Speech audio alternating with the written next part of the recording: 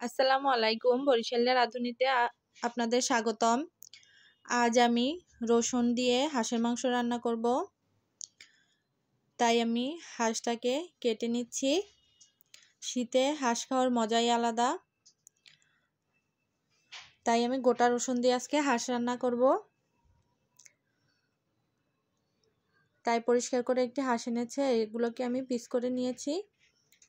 দেখুন আমার এতগুলো মাংস হয়েছে। এগুলোকে আমি ধুয়ে নিয়েছি ভালো করে। এবার আমি মশলা মাখিয়ে নেব।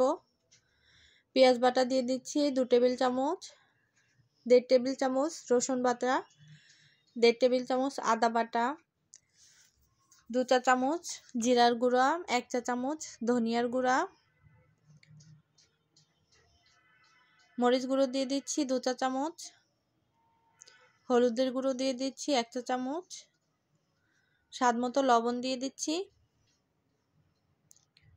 এবার হাতে সাহায্যে ভালো করে মশলাটাকে মাখিয়ে নেব।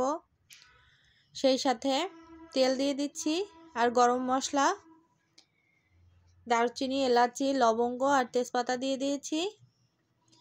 এবার হাতের সাহায্যে খুব ভালো করে মাখিয়ে নিচ্ছি।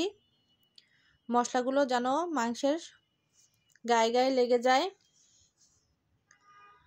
এরপরে আমি মাখানো হাঁসটাকে প্রেসার কুকারে দিয়ে দিচ্ছি। পাত্রে লেগে থাকা মশলাটুকু ধুয়ে পানি দিয়ে দিয়েছি। এবার অপেক্ষা করছি 4টা সিটি আসা পর্যন্ত। 4টা সিটি এসেছে। এবার আমার ঝোলটাও টেনে গিয়েছে।